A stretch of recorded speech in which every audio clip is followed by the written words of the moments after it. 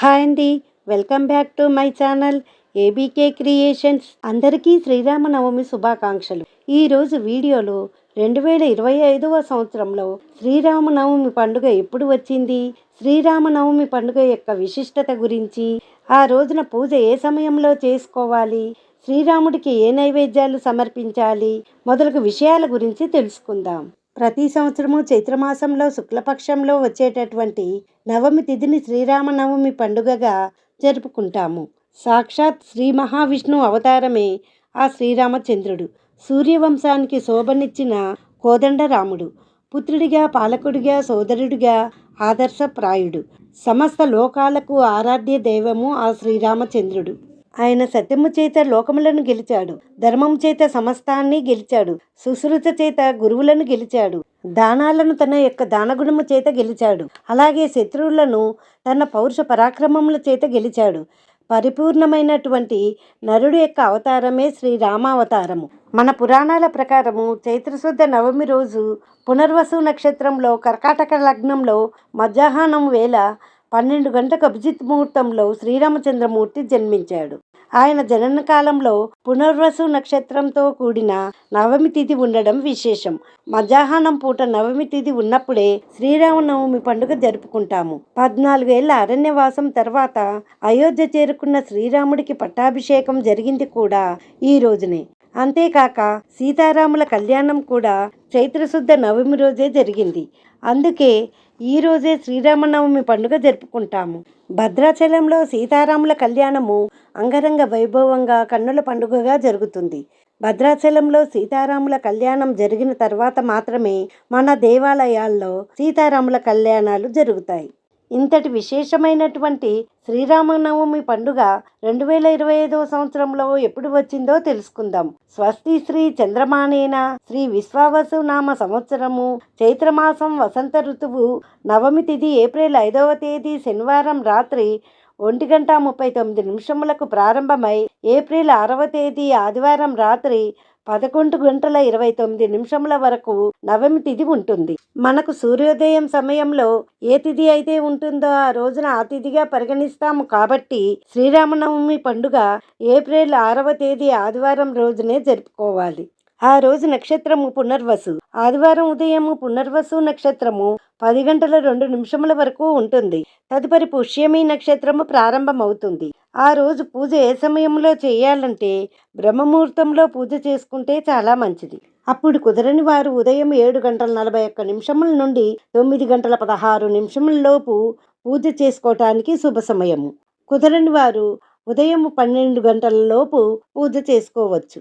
అభిజిత్ ముహూర్తము ఉదయం 11:50 నుండి 12:10 వరకు. శ్రీరామనవమి రోజు ప్రతి ఒక్కరూ సూర్యోదయానికి పూర్వమే నిద్రలేచి అభ్యంగన స్నానం ఆచరించాలి. ఇంటి ముందు, దేవుని మందిరం ముందు రంగవల్లులు తీర్చిదిద్దుకోవాలి. ఇంటిని తోరణాలతో అలంకరించుకోవాలి. కొంతమంది కలశ స్థాపన చేసుకుని పూజ చేసుకుంటారు, లేదా శ్రీరాముని పటానికైనా పూజ చేసుకోవచ్చు. ఇళ్లలో పూజ చేసుకునేవారు శ్రీరామచంద్రమూర్తిని పూజించటమే కాక దశరథుణ్ణి, కౌసల్యను, వాల్మీకి మహర్షిని కూడా స్మరించుకొని రామ సహస్రనామాలతో, తులసీ దళాలతో శ్రీరామచంద్రమూర్తిని పూజించాలి. శ్రీరాముడికి శ్రీరామనవమి నాడు కుంకుమ పువ్వు కలిపిన పాలతో అభిషేకం చేయాలి.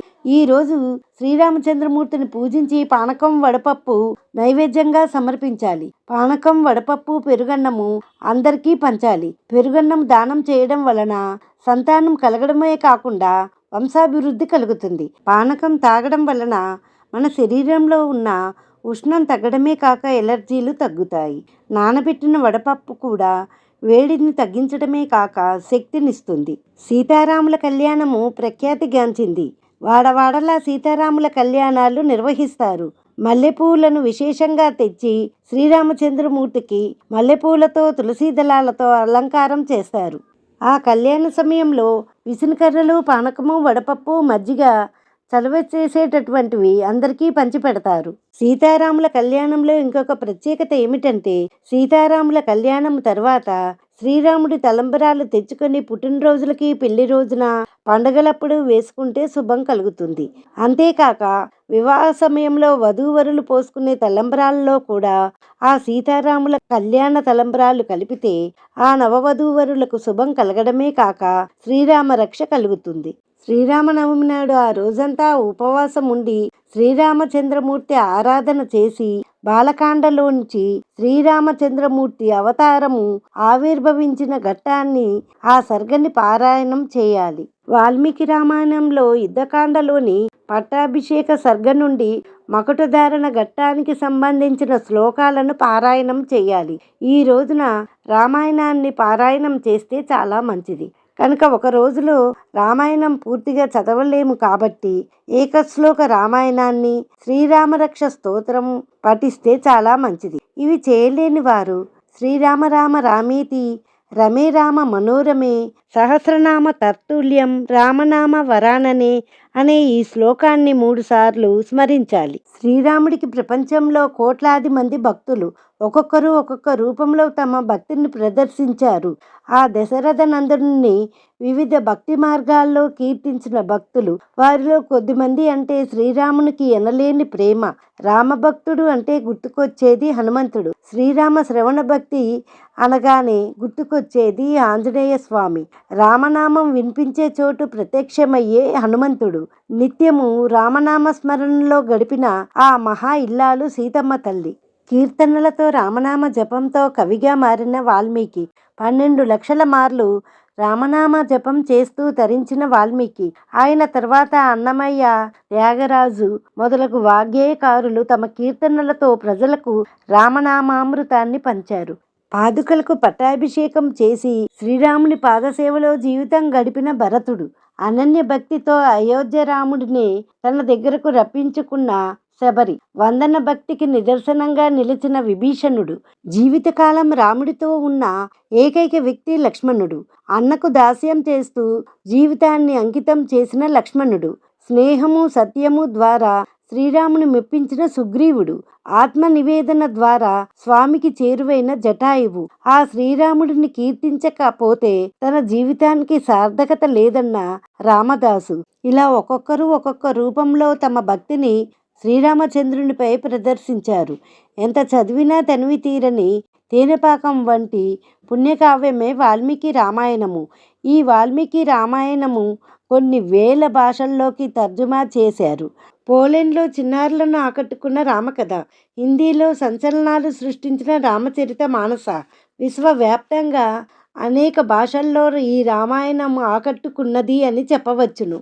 అంతేకాకుండా ఎవరు శ్రీరామనవమి నాడు ఆ సీతారాముల కళ్యాణాన్ని వీక్షిస్తారో, ఆ నవదంపతులను దర్శించుకుంటారో వారికి ఆ సంవత్సరం అంతా శుభాలు కలుగుతాయని, శ్రీరామ రక్ష కలుగుతుందని నమ్ముతారు.